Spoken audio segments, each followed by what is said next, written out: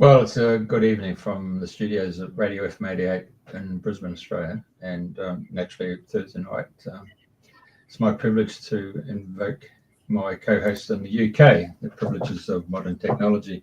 Our guest is in the middle, and also he's from Australia as well. So we're going to have a bit of Australian accents tonight. So fantastic. Oh, mornings over there in the UK. So without further ado, Andrena, carry on. Thank you, Jeffrey. Good morning, everybody, or good day. Welcome wherever you are in the world. And thank you for tuning in to Dreaming the New Dream.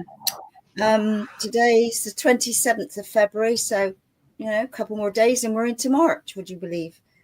So, without further ado, today we have Michael Gray Griffith back on the show, host of Cafe Locked Out, and you're a producer and a playwright. And you're also a warrior for truth, free speech. And I just like to honor and acknowledge the wonderful work that you're doing, interviewing people that are telling their stories and what's really going on in the world, because there's not many out there like yourself doing what you're doing. So welcome, Michael. And it was only just 2 years ago that you were on a show, not long ago, it seems. 2 years, wow. Yeah. Getting on that fast. Yeah, totally. So anyway, it's lovely to have you back on. So with all what's going on since we spoke 2 years ago, and we know we're in the greatest time of history of change, where would you like to start today? Because there's so much, I'm not quite sure where we're going with all this. There's so much going on. There's so much untruths out there. There's so many people in higher places that are just telling lies after lies after lies. So where would you like to start? And I know you've got some fantastic stories or real life things happening for people that over here, some of us can't comprehend what's going on.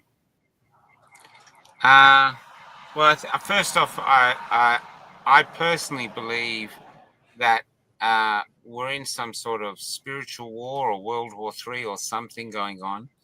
But within those wars, there's smaller wars. And one of those wars was the COVID war.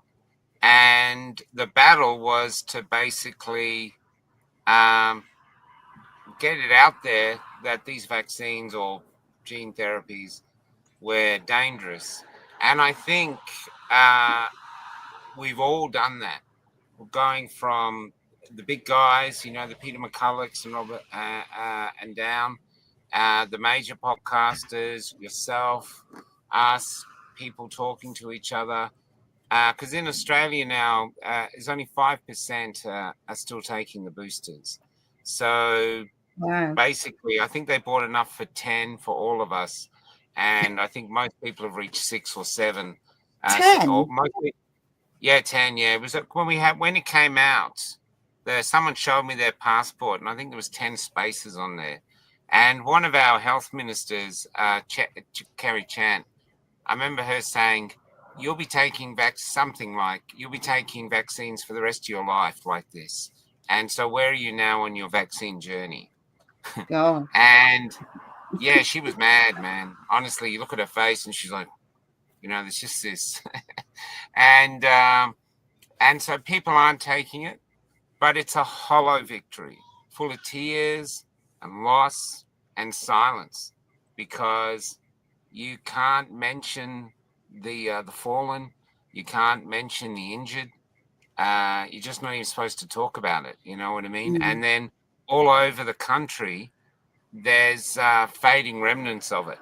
Like staying apart keeps us together signs fading on some shop, or signs telling you to don't enter the shop unless you're masked up or if you're sick. And but it hasn't stopped other vaccines. There's another one at the moment, is the whooping cough. And I can't tell you how many parents, grandparents I've had reach out to me. Yeah, I've cut my hair since then. How many grandparents have reached out to me saying that they can't see their new grandchildren because the kids, they won't let them see the grandkid until they take the whooping cough vaccine, and nobody wants to take it. And so they're still going with other things, but That was actually Jim Ferguson did a 24-hour podcast, and we were the Australian version of that. Yeah, so we were there. That was in the bus. Can't remember where, but that's what I'm seeing there. There is Australia at the moment has sort of an undeclared silent civil war going on, where most of the public now believe that we were duped or there's something really strange, but they don't talk about it. But the government's kind of aware of it. We defeated the Mad Bill, and then when they had a referendum called The Voice, and the government threw everything at The Voice, celebrities, $500 million. All the CEOs came out telling everyone you were racist if you voted against it. And well over 60, in some states, 70% of people said no. And what I think happened was they were in the voting booth. They had no camera in their face, no one threatening their job. And so they just told the government to go get effed. I think that was, what our current Prime Minister does, but what they all do is they underestimate the people. The first time through, the first COVID was like a Pearl Harbor attack. The town's sleepy, and suddenly there's a pandemic. What's a pandemic? And then this, and there's guns in the streets and rubber bullets and pepper spray, and all that was to frighten the people into complying. So every time they shot one of us or they arrested a pregnant woman in their house, it was all about making sure the rest of the community complied. And I took that at a Melbourne Cup Raceway. So you can see the police and the little girl, and this is what the police were around us, always like this, always separate, always gloves, always masks, as though we were filthy. And here's this young girl blowing bubbles. I don't know what her name is, but her mum let me take the photo and use it. Yeah, it says it all. Yeah. What I don't understand is why the police officers here and in your country, especially in England, why they went from being protectors to oppressors. I mean, in England, the constables, I believe, have the right to say no to any order they're given by a leader if they feel that it's incorrect, you know. And yet we're watching them arrest people who are praying, you know, praying in their heads. And it's just bonkers. And then of course, all the migrant stuff, and you get arrested for putting a UK flag on your Facebook page and you end up in jail. I mean, how are you coping with that? I mean, it just, from here, it's just going, this is England. How can this possibly be happening? What's it being there? Well, and it's thankful that I'm in lots of different groups that where people can share what's happening, and you know, we network out to different people, and you know, all supporting one another. But it's it's just like everything's gone crazy, you know, who's supporting who's looking after who, and it's like the people, us, that are doing works in different ways, we're helping each other, we're sharing, there was, and I'm not sure the figures, but there was a guy, now this bird flu lark, he's just that they I'm not sure if it was 5,000 chickens, but he just, or it might have been 50. It was huge, and he looked, you know, and I think, well, what real proof have they got? You know, I mean, it's not so. I don't get drawn into politics, all of that sort of thing, because that's just not my way of doing things. But yeah, I just, where's the real, all these leaders telling lies, they're not telling you the truth, and they're getting paid unbelievable amounts of money, and there's the other end of the scale. It's just like, I just don't know where it's all going at the minute. I really don't. It's just like when you read of some things that are happening, you know, some things are just heartbreaking, and the amount of people that have passed through having to take things, and then you put out something else that this will really help, and then people say, oh, so you really got to be careful of what you're putting out, what you're saying. And I'm aware of, like, being on a podcast, we have to be careful of what we say. Yeah. Are you still getting censored over there? Because we're still copying it here. Not as much, or not that I'm aware of anyway, but we keep everything's undercover. There's so many different groups, and that's the only way that people let each other know what's going on, the real truth. Wow, so there's a network of real stories underneath. Yeah. Wow. And I call it the undercover movement at grass level. That's great. Do you think you're watching the end of one form of English civilization and the birth of another? That's what we're watching. Definitely. There's more and more people having an awareness now that are questioning things, and there are more and more people that are aware but just happy where they are. So everybody's on a journey, and you can't speak for other people because we don't know what their soul's journey is and what they need. Yeah, I find, though, I do believe they've been very clever at making people feel powerless. And a lot of that comes from the destruction of freedom of speech. So the more silent they can keep us, the more people think, no one thinks like me. I don't like what's going on, but around me, everyone's happy.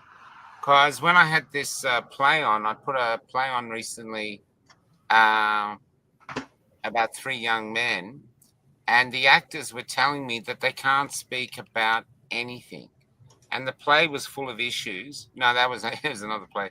The play was full of issues, and their actor mates wouldn't come because their actor mates were scared. If you're affiliated with art that's challenging or just dealing in the truth, if someone knows you went there, it could backfire on your career. So people are scared of it. And it does my head. In that picture they just showed, Maroon, that's one of my plays. I don't know if I get it on here. The theatre's pretty cancelled by the theatres, but that's in the UK at the moment, or I think it's good there and going up to Scotland, King's College, I think it was. King's College, King's College, London, in London. I'm not sure where. Dan Windsor Walk. Right. Yeah. So that's been the highlight of this week. But it's I actually feel, though, that that's the other thing to talk about, since we talked about 2 years ago, is the rise of AI and the effect, good or bad, on communities, because people can't simply keep up with the tide of change at the moment, just with AI alone, let alone what's happening in America with Trump and Elon and everything else. Is that how you guys are feeling in the UK? Yeah, but anyway, I know you've got some amazing stories to share of people, different things that's going on. So for you now, what has been the most soul touching stories that have really hit home? Since I last saw you, probably Dazzle. So Dazzle was a 16-year-old Australian girl who needed a double lung transplant. But for some reason, for her own reasons, she stubbornly refused to take a certain thing. And so they wouldn't put her on the list. And we were part of a huge campaign to get them to back down. And they wouldn't. And so after about a year, this whole campaign of fighting to save Dazzle, and we were going nuts. I mean, people who don't know us have gone, I've heard of the name Dazzle because we got it in the Daily Mail. I mean, we got it out there, and but she wouldn't comply. And all she wanted was a chance. She said, just get me to the table and give me a chance. I'll fight. I just want to fight. I want to die fighting. But instead she died waiting because she wouldn't comply. So they just let her die. And I think with her died, something in Australia died too. And at least for me. Yeah. And this is what I'm seeing. I'm seeing a, I mean, I don't want to, you're on YouTube, so I don't want to get you banned, but. That's okay. We only lost 3 shows. That's all right. The stories we're hearing, just when you think you can't, you've hit rock bottom. There can't be anything worse.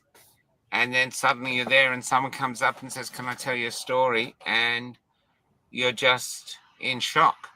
And I think one of the really concerning things for me is that so many people, especially in the health industry, not all of them, but the stories we hear are of so many that have seemed to have lost their empathy. And I don't know if it's because they've seen so much carnage or they've been having to lie because they haven't been allowed to acknowledge the injuries. So they've been lying to themselves. So I don't know. I really don't know. It's a silent country. It's like I actually see it, even though there's defiance in the people, it's kind of conquered in a way that people are too scared to talk. The only things I saw something which really astounded me was we have all these things to get really angry about, like the cost of living is insane. And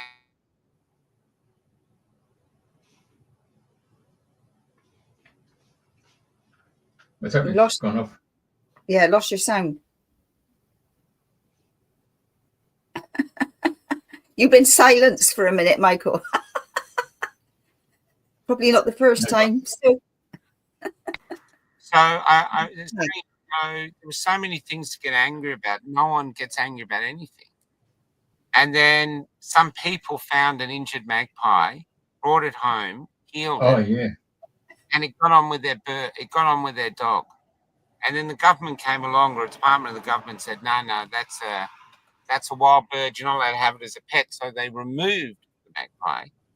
And the country lost its mind. Really? They're screaming. It's like, and what it was communism. Because this is what I see.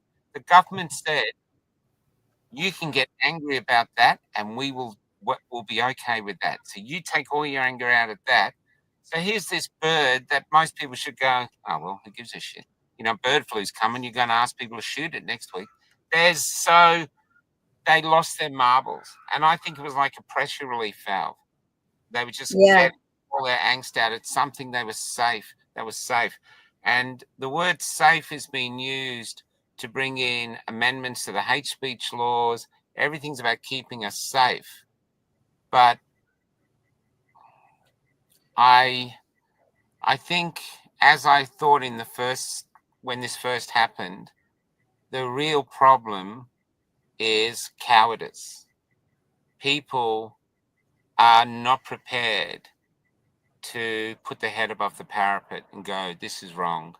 We can't have this. We're Australians. Shouldn't happen like this. They're just not. So they're just adapting. They're adapting and in a way, what's been installed now is a new norm. And in this new norm, your partner can suddenly just drop dead in the kitchen, just kaboom, which happens all the time. And you just go, oh, well, and you just bury him and then you shut up and you just go on with your life. Yeah. And that's new norm. It's like, I actually tell people, you know, you're living in a death camp. They realize that the actual, you know, the death camps with all the starving Jews in, that wasn't good marketing. It would look bad on Instagram. So now we live in the death camp. People can die wherever around you, and the rules are don't speak about it. Yeah. But it makes you wonder, because you know, we know of nurses and doctors that have conformed and didn't want to, and all of this malarkey. But, you know, when are they going to suddenly turn and say enough? You know, we can't play this game anymore. We can't tell these lines. We can't kill these, you know, all of this. When is there going to be this flip around? I don't know. That is a great question. That's a great question. I thought it would happen all of a sudden, like one death too many, and then suddenly be like the Berlin Wall coming down, and everyone would be angry and demanding answers. But as to date, no, it hasn't happened. Yeah, and they're all bottling it within. That's, you know, which we know, you know, if you suppress your emotions, you know, you get all sorts, you know, if you don't deal with it, you know. And there's, I think, I can't remember what I shared, but there was a while ago, and I put something up and I said, look, there's so many of us out here. If you want to talk, if you just want to have a cup of coffee, or if you want to reach out, or you don't understand, you know, there's many people around that can help. You know, there's different groups and different places. So, you know, there's sort of little networks here, there, and everywhere over that, you know, things are happening. But for me, it's like, God, what's it going to take? You know, like when you talk about, I've had texts offering me shingles, flu virus, one Ovid, double Ovid. There was something else. Anyway, I don't know. And I was thinking, you know, and I say to people, if I could give you the greatest tip in the world, don't have any more. Or do your research, check into it. Just be more aware that you're a customer. End of story. You know, and I've worked in the mental health as a ward clerk many years ago. Well, a long time ago now. And the reps used to come in to the staff, and they'd all sit in a room watching about a drug or another. And they would be given theatre tickets. They would be given cinema tickets. They would be given vouchers for this. They come in with food, and, you know, and I think, oh, here comes the drug runner. It's like, you know, it was, but you're just a customer. End of story. And then I had an experience. I went to Egypt. I came back in mid-October, and I came back. I somehow got double pneumonia over there. I was absolutely fine, and then when I hit Egypt, I just went, and I ended up so ill that I had to have drugs, which has really affected my well-being. But I'm glad to say I found the most amazing guy who's a kinesiologist and chiropractor, and he's been helping the effects of the drugs. But I know at the time I had no choice to take them, because it was that, or, you know, well, that's it, end of life sort of thing. Wow, you were that bad? Oh, unbelievable. And I didn't realize how ill I was, you know. But anyway, that was one hell of a journey. I'm not ready to go back to Egypt for a while, but I did enjoy the parts of it. But it's the side effects of the drugs, and like, I can only say now that I'm feeling, thanks to this guy, more alive and more vibrant than I have done in a while. All my hair's dropped out. I am very blessed that I've got a good head of hair, but I tell you, my hair has come out in handfuls. I've been in tears. Wow. And different things. And it's the effects. Because I'm an elder, things don't heal quite so fast as when you were younger. So it's taken a toll on me, but I'm glad to say, you know, heaven sent was this person, and I just feel so amazing. And I think, you know, if I was going abroad again, like somewhere like that, I'd have to take more stuff in my kit bag than I took with me. But yeah, the side effects of some of these things, you know, it goes on and on and on and on and on. Well, you'd rather have what you got. Unless it comes to a critical point, then you've got no choice and you've got to take these things. Anyway, that's my little rant over. That's all right. The other thing we're facing over here is we're getting a lot of migrants in, I had a young person tell me the other day they went for a job. They applied for a job online, and it was to be the ticket collector in a theater, and All right. and they sent a thing back to tell them, oh, we've closed it now. Now we're going to go through all the applications and pick some.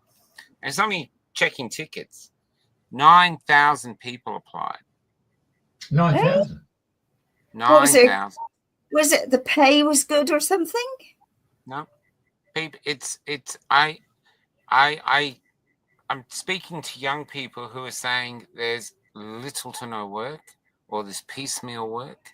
I talked to 3 young Australian lads. They were working, and they said they're working really hard, and then they got sacked and they got replaced by migrants who are obviously working for cheaper.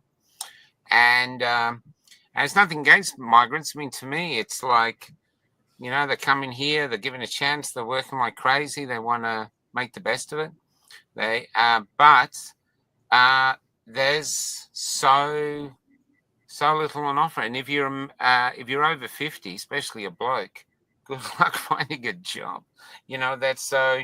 There's just all these people really, really struggling. Even I'm in the country towns. I saw they had a meat tray there with 4 steaks on it, only little steaks, and they were $60. I don't know what that is in pounds, but usually they would be $20 or $25. $60. And you're just looking at these poor people in this town thinking, who's paying for this? And the saddest thing in Australia is we're sitting on all this mineral wealth, huge amounts of mineral wealth. There's no reason we should be broke. And it's just mismanagement by these political parties who are now wanting us to vote them back in. And yet they've economically destroyed the country through these free trade deals and selling off all our assets like you did in the UK, telling us, oh, we sell off the electrical company, electricity is going to get cheaper. We're paying some of the highest electricity in the world. And Dan Andrews, before he left, he doesn't allow new houses to have gas appliances, even though we're sitting on so much gas. You throw a cigarette fag down the wrong rabbit hole, you end up on the moon. It's ludicrous. It's just ludicrous. It doesn't, and no one says anything. And if you say something, you're the problem. Exactly. You're the people who are the only people who are the problem are the ones that are going, that's a problem. Yeah. And I think that's it, being at the front of everything. People think you're a nutcase and all these different things, and don't realize that we are aware, we are awake, and we know what's going on, and we're just trying to help you to be with us and be aware with us. Yeah, exactly right. I haven't seen over here they've had the Palestine marches, and they've been quite aggressive. And they had you've got a woman over there who's a female advocate for female rights. Small woman, blonde hair, Polly or something. Anyway, she came over here, and the trans had a march against her. They threw red paint all over her, or tomato sauce. I mean, they just attacked the hell out of her, and all she was trying to do was be a traditional feminist, and saying, keep the men out of the toilets. And the attacks were savage. Exactly. But I was in most of the marches for the Freedom Rally. We were never aggressive.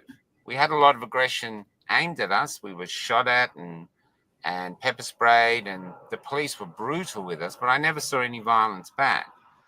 And now I'm suddenly realizing why the government just ignored us. I actually think what they were doing was communicating, and the message they were communicating, like, see, this is Brisbane, Melbourne, even the country towns. Anyone that had a march for freedom had the biggest protest that the town or the city had ever seen. Some had endless marches, biggest ones they've ever seen. every single one of them ignored by the government, and just sort of MSM would just lie about it. It says it was 2,000 there instead of hundreds of thousands. But I think the reason we were ignored was the government was allowing us to know that there is no democracy anymore, not representative democracy. We will say what happens now. We are in charge. And you will either, look, what a beautiful picture. You will either do what we say, or we will hurt you. We will hurt you. And they don't mean just men. You know, the images are still with us of them hurting the grandmothers. You know, pushing them over and pepper spraying. And she was only one. I've interviewed about 5 or 6 grandmothers who have been brutalized by young male police officers, which doesn't make any sense to me. I mean, Jeffrey's here. I'm pretty sure that when Jeffrey was growing up, he never had to have his father or his uncle sit him down and go, Jeffrey, you're not allowed to beat up the old ladies, mate. You know, that's wrong. Okay, that's wrong. You help them pick up their shopping after they've dropped it. That's right. Or you stand up and you give them your seat. But you don't whack them. You don't pepper spray them. And yet, that's what's happening. And these young men, for some reason, they think it's okay. And they go home to their families or their girlfriends or even their fathers, and they've been beating up grandmothers. I can't fit that anywhere in my being. No. As a man, I just can't comprehend. And these are the good guys. I can't comprehend how to do this. Yeah, that's interesting. You see the Australian flags upside down. A lot of the flags, there's quite a few upside down. We learned that it was a call for help saying country in distress. I don't know if anyone, I don't know if it's even real. It just sort of spread through the camp. And that was epic. So MSN said that was 10,000 people. Incredible.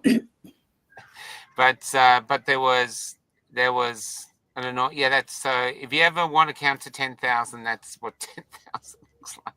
There was actually, we're not sure. It's probably about 400, somewhere between 400 to 1 million people.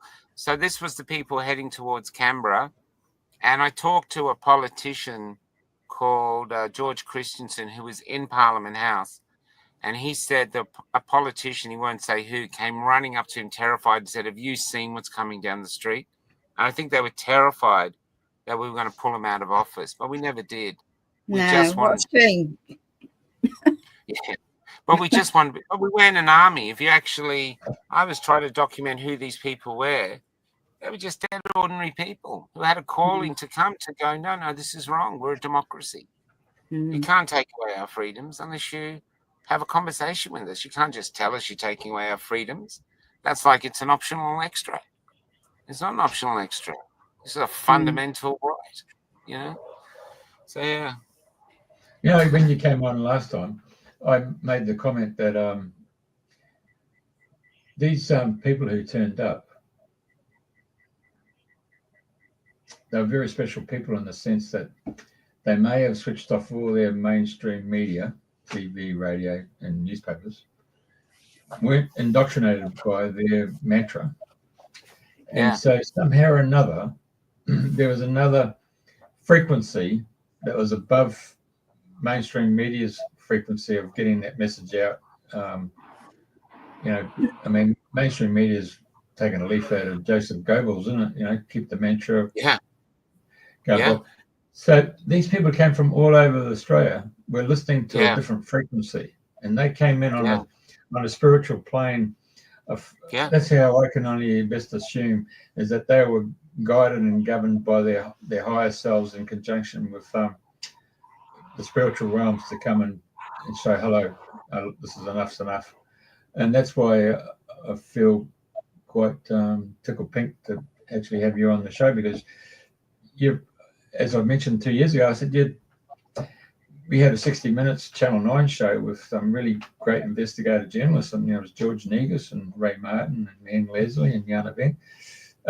We don't have that anymore. And to me, you took up the mantle and you traveled around Australia and Florence, and you did the investigative journalist. You actually went and talked to people in their own homes and their own little villages and their towns and the beachside. You got the story from the general public, and unbelievable. It's fantastic, just what you've gone and done. And it's testament for you to be on the show tonight and get that message out that there are people out there who can do what you've done. Can we take the show? There's a lot of good people in this country.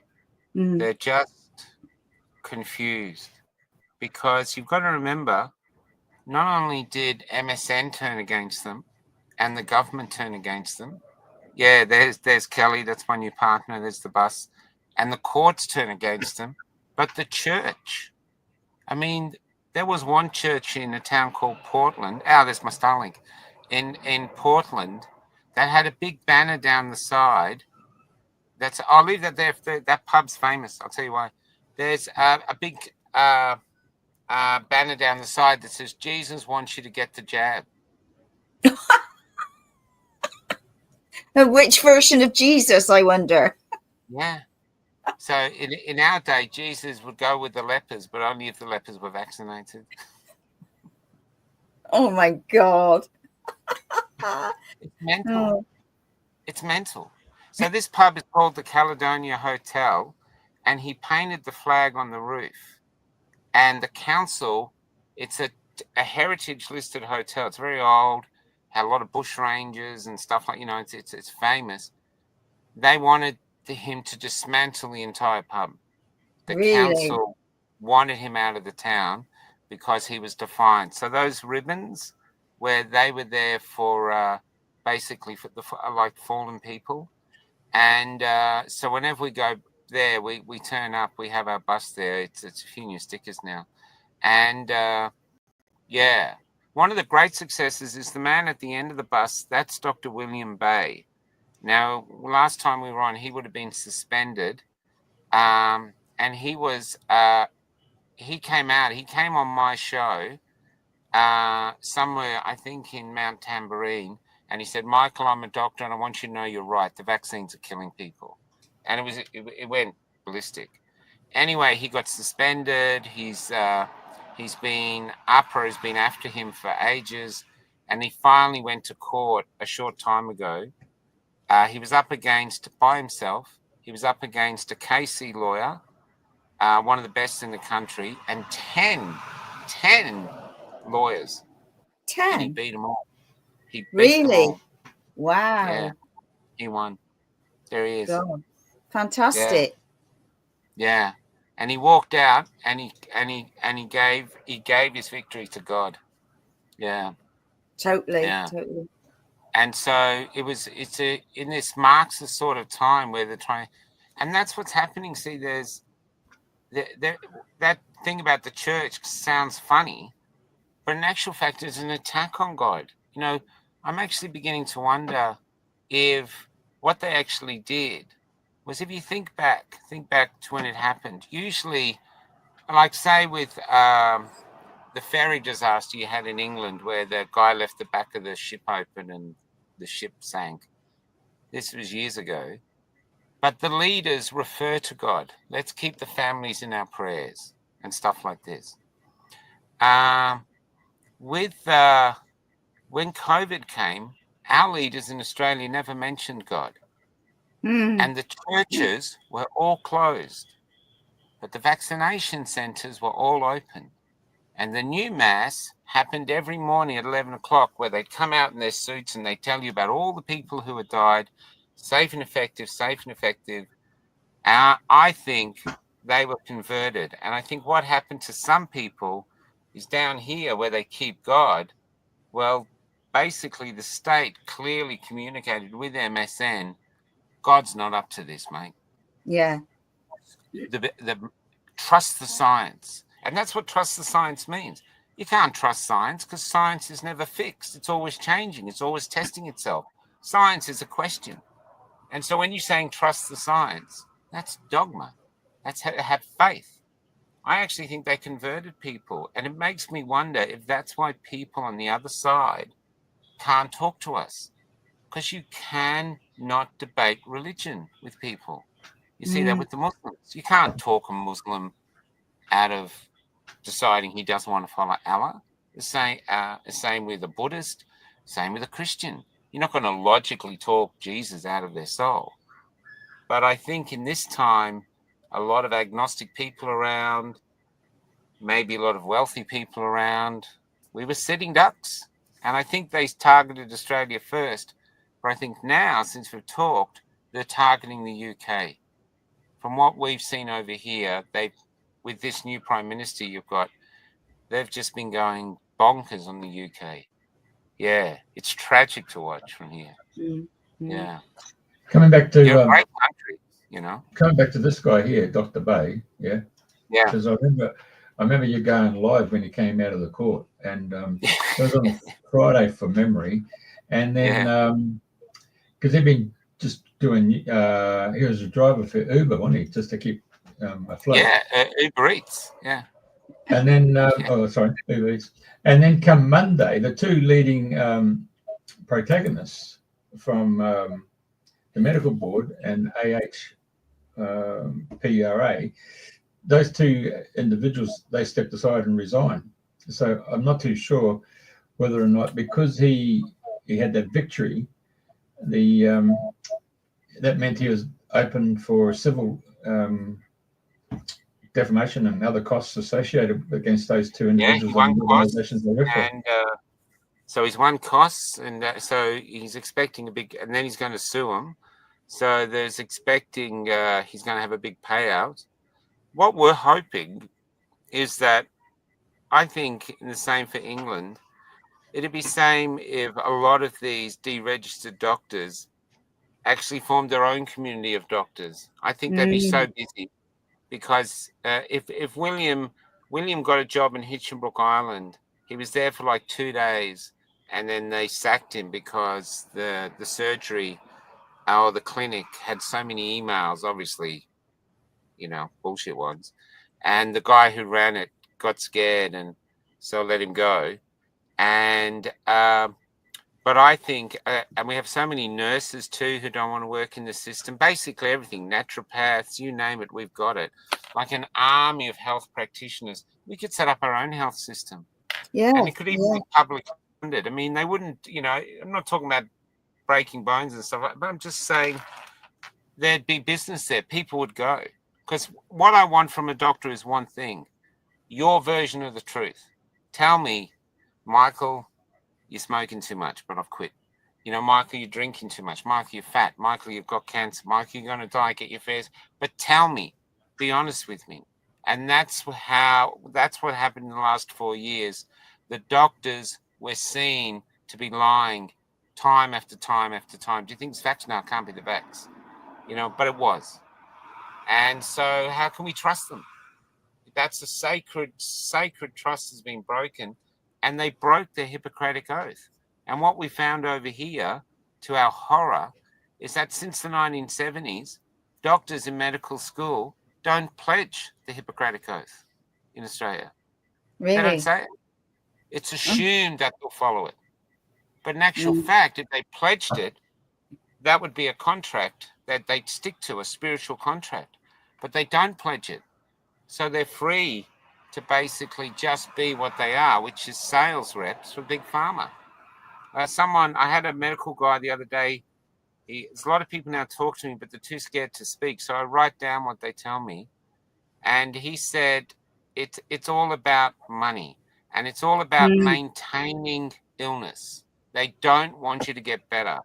They want you to remain slightly here, because then you are a golden goose. You know, you're on statins, rest of your life. There's a lot of people now. There's a new, if you're overweight, they've got a new drug. That can, you know, the weight drops off. You have to be on it $250 a month. You have to be on it for the rest of your life. Oh my God. It apparently affects muscles and all sorts, so you can't come off it. I don't know if you just go straight back to being the Michelin Man if you get off it, but you know, but this is what they're doing. It's big pharma is a business. Vaccines are a perfect business model. No one checks to whether they're really doing any research. Everyone has to take it, or you can't work, or you can't go to school. And then if anything goes wrong, can't touch us, mate. We're indemnified. Perfect business model. So, you know, and then in Australia, the health industry in Australia is becoming bigger than mining and manufacturing combined. And so many people, you go to every town now, every care is disabled, and a lot of disabled young people, autistic and stuff like that. But we're creating these autistic kids. And now, instead of actually rigorously going, hang on, you know, like say the three of us here, when the three of us were in school, we were never told, don't bring peanut butter to school, you might kill someone. We were never,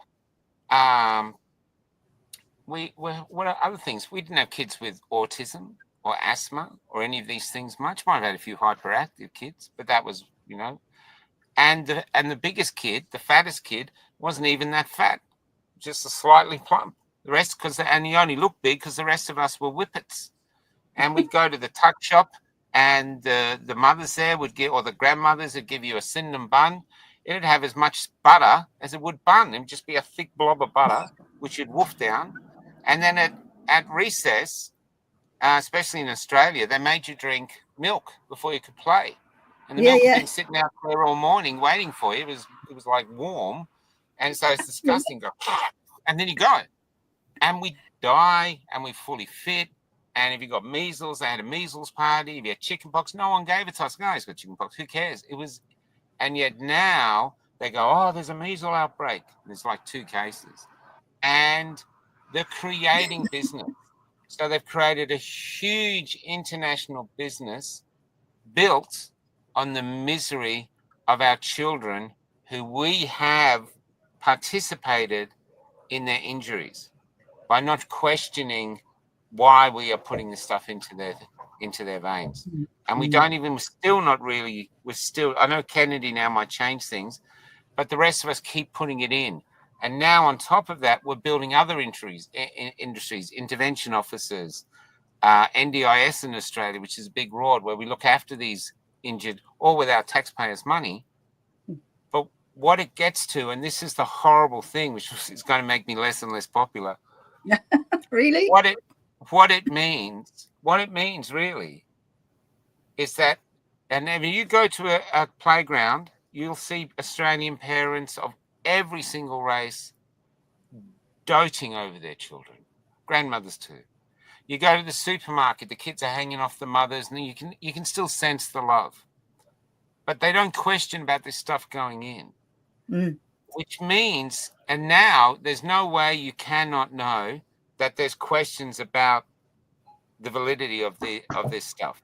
There's just too much evidence that, you know, there's too much autistic kids everywhere, and yet they still do it. And which means that they love their kids, but they love something more. Is it status? Is it belonging to the herd? Is it just ease of life? It's easier, just get the kids vaccinated, makes it easier, you don't get questioned. Is it compliance? I don't know what it is, but what I know is it's the deeper and deeper and deeper I go into the culture of Australia and who we are currently, the darker it's getting. It's like, I call it heart of darkness. And I'm actually beginning to believe that Australia is just like a poster of all these smiling people, all happy and everything's great. But underneath, we've got enormous suicide rates, poverty, homelessness. We allow children to late-term abortion. You can abort a child up to it's born. No health, no pain relief. That's legal all over the country, and it's happening every day. This is dark stuff, and everyone's just accepted it as normal. But the side effect is that the country is silent and apathetic.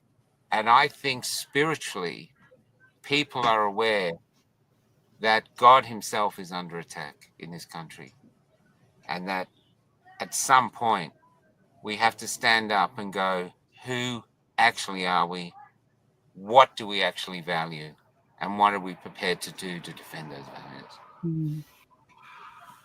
But I know when, in childhood, if somebody had the measles or chicken pox, we'd all play together. You didn't have anything to stop it. Yeah. It was like, go down and play with. All of these things. Everybody was covered in spots, and that was it, done and dusted. Yeah. And it made us stronger. Yeah, exactly. It made us all stronger, But I mean, look at the food chain now. Look at all the additives and God knows what in the labels. I mean, you need to speak another language. I mean, I've looked at labels and it says plant food, and then I'm reading all these numbers which I haven't got a clue what they are. But there's no plant food in there. It's a numbers game. People wonder why that's. I love it when you see it says they advertise it like it's something rare and special. They go grass-fed cows. I'm thinking, what are you feeding them? Hamburgers? I mean, because all I see is cows in fields eat grass. I know eat the hay, but it's, and I think it might actually come down to the fact that corporations have worked together to reimagine how the world looks. You know what I mean? They've brought great things to our lives. But I think too, they've put profit above people. And right now we're seeing the result of that. And I think AI that can basically, they're looking to replace us, like in Amazon in America, they're replacing humans, hundreds of thousands with robots. Suddenly, as a race, as a species, we've got to go, hey, hang on, are we a human planet and these robots can serve us? Or are we just get in and grab everything you can and basically dog eat dog world? But we just make it look nice, but we're actually dog eat dog. Or are we a human planet? Because when I look to the UK, you guys ended slavery. I know you had your empire, but in reality, if you look at other empires, you were one of the most benevolent. You did great things. And I think that's why the world's grieving for England, because you guys were a great country. You weren't perfect, no country is, but you were great. And you were stubborn, like holding on to your royalty, whether people didn't believe it or not, you held on to these traditions. There was a stubbornness to you, which was also admirable. But now we're just watching it being destroyed from the inside and destroyed by its own leaders. I mean, even your poor farmers and everything, I saw a thing today where they're saying they want to take the farm's worth 8 million. So they want to take, when the farmer dies, they want to take $400,000 of tax. And they said, well, the farm can make that because it makes 8 million. But what this farmer got on, he goes, the farm might be worth 8 million, but it only produces $50,000 a year in profit once you work it. And so that $400,000 has to come out of the 50,000. So it's not sustainable. So the next generation will have to sell the farms. And over here too, I've got another man approaching me, and there's underhand things going here to get rid of smaller farmers and bring in the corporate. So it's an ongoing battle, that we put it this way. But I do wish a country as great as yours, because America's leading the way at the moment, but it would be great to see a country as great as yours. I mean, with your great poets and your great writers, your great thinkers, could stand up and actually start defending humanity itself against itself. Because we now need to stand up against our own humanity and saying, no. We don't need that much money. I don't need 3 toasters. I actually need my child healthy. Yeah. And you know what I mean? Yeah. And I need my child to be taught how to think, not what to think. which is exactly. over here. They're just being indoctrinated.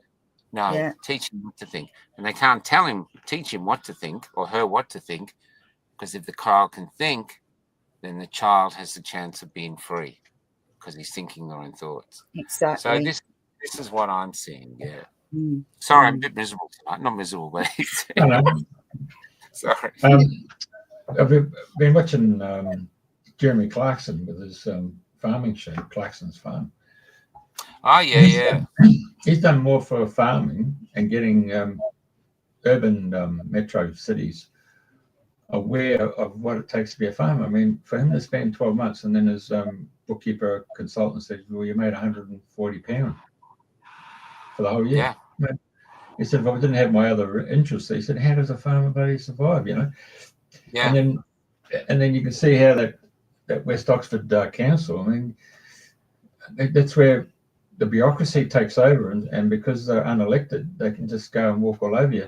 So now we switch across to America and we see Trumpy boy putting together a football team of fantastic specialists in all different fields for the very first time, really going through and doing a complete audit on the whole structure and removing the bureaucracy and coming back to democracy.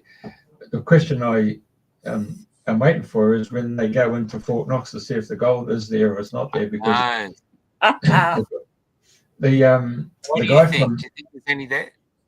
no, I don't think there's anything. I think, and the reason I'm saying that is that MI6 agent retired, and he then wrote a book, which was the forerunner for exactly right, James Bond.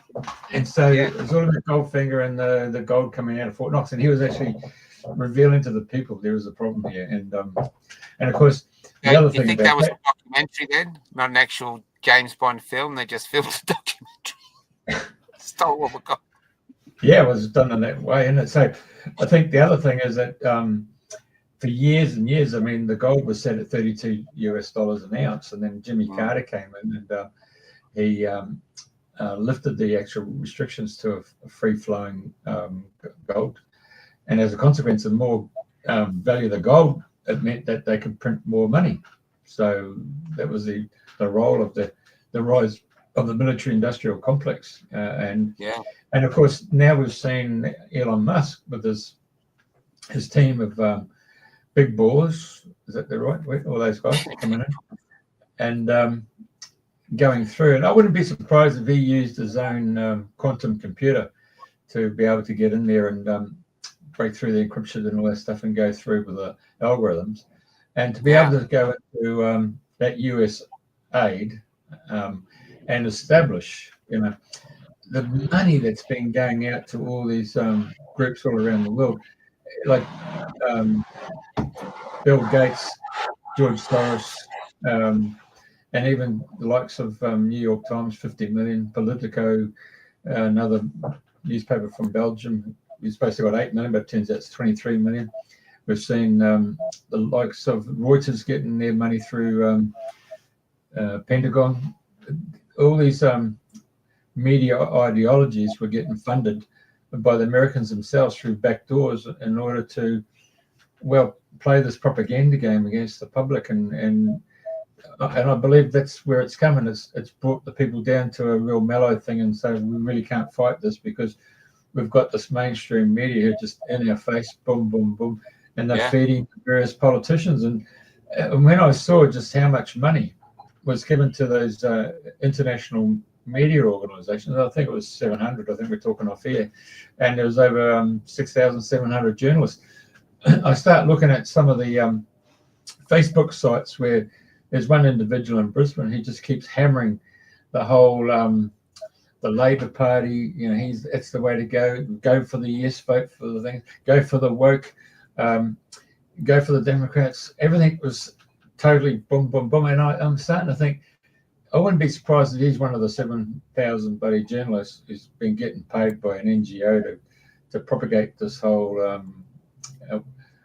mainstream. Well, what I was going to say, in the old days it would be hero worship. Today in the modern means they call it influencers. So I wouldn't be surprised if he's being classified as an influencer and being supplied all the cash to be a stand up and buddy go for it. But the gentleman himself is suffering from a number of back shots and boosters, so the penny hasn't dropped.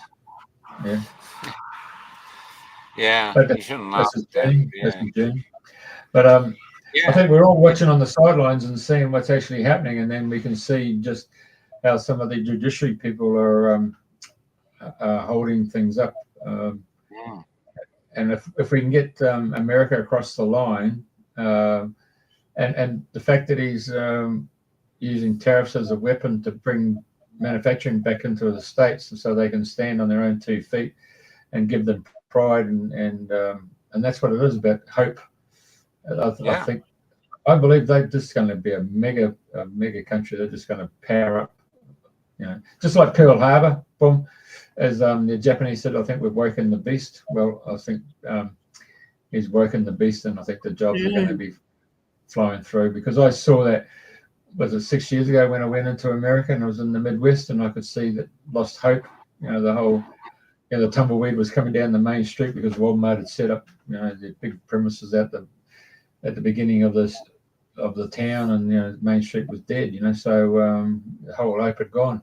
So I really, and the amount of money that's been pouring in from various, well, not only Japan, was Prime Minister went out there with $1 trillion to build up car manufacturing industry, and the Saudis are going to put 600 billion. I mean, it just keeps coming in, and flowing in. Yeah, there's great hope there. There's and I think the difference between America and China is the Chinese aren't free. So now, if Trump unleashes the people from all the bullshit of the Biden and all the other eras, and just lets them freely chase their dreams, it'd be very interesting to see the two ideologies fight each other, the controlled Chinese one and the free America. And I despair that it should be happening here, but we're just watching America and hoping, while our dopey prime minister just keeps smiling as though everything's happy. Honestly, he's just does my head in. And then behind him, all we've got to vote for is someone who looks like Voldemort. And it's just, he's just sitting there in despair. I can't even remember a prime minister in Australia who allowed, the last time I remember was when Bob Hawke, we'd won the America's Cup, and he said this thing, if anybody fires their employee today, you're a bum, something like that. That's right. Yeah. But he crystallized Australia. He thought, that's us. Yeah, we're hard working, but we won the America's Cup, so we're going to take the day off and have a party. He sort of summed up our culture beautifully. This was a leader. He brought us all together. Everybody was Australian in that moment. That was his skill as a leader. I don't know how he was overall, but nowadays, nothing. Now, even in Australia, just to finish, to show you, we've got a premier here now, Jacinta. So she bans celebrations of Australia Day. You can't celebrate Australia Day. On the same day that we want to celebrate Australia Day, she's got protests. She allows protests of people who hate Australia. And then the next day or the day after, she's at a drag queen festival and she's hugging them, going, we're going to protect you from the bad people. What bad people? We gave up poofter bashing in the 60s. We don't give a shit anymore. We don't care about that stuff. But they're trying to make us look like villains. And I hate to say it, this is difficult, but there's an attack on a certain color. If you're this color, and suddenly you're the bad color, you're the color that caused all the issues. You're the only one that's racist. You're the only one that's bigoted. And if you stand up for that, and some young men in Australia are, then they're attacked like crazy. How dare you? But what they're doing is, well, no one's standing up for us. Our fathers aren't. Our grandfathers aren't. We're here, and like it or not, the culture in Australia, there was Chinese here, there was Afghans here, there was all different races, even from the start of Western civilization. But the lion's share of the people that built this country were white people. And that's the truth. And we built it. And it was a beautiful, lucky country. Successful, tolerant. It wasn't perfect. No country is. But it was better than a lot of them. And there wasn't we had shiploads of people risking their lives to just try and get a sliver of our golden shores, just a taste of them. That's all they wanted, because they saw what we had was so good. And in silence, we're letting it be taken away from us. And that's why they want our freedom of speech, because freedom of speech is the only weapon we have against tyranny. So we keep speaking. Yeah. But that MO... I got another interview to come, but yeah. That MO in business plan is what's happening in America, isn't it? So they've tried that playbook in America, and now if people around the world are watching it and saying, no, they don't have to put up with that. Yeah.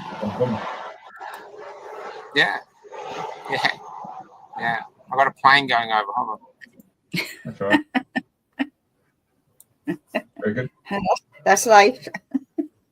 Yeah, I've got an interview coming up with a lawyer, so I'll have to go. But thanks for having us on, and thank you for the compliments. I don't feel anything special. I just feel like a worn-out man in a bus, to be honest. But thank you very much for the kind words. I really appreciate it. No, but you've got that inner drive and passion, and I just want to quickly go on.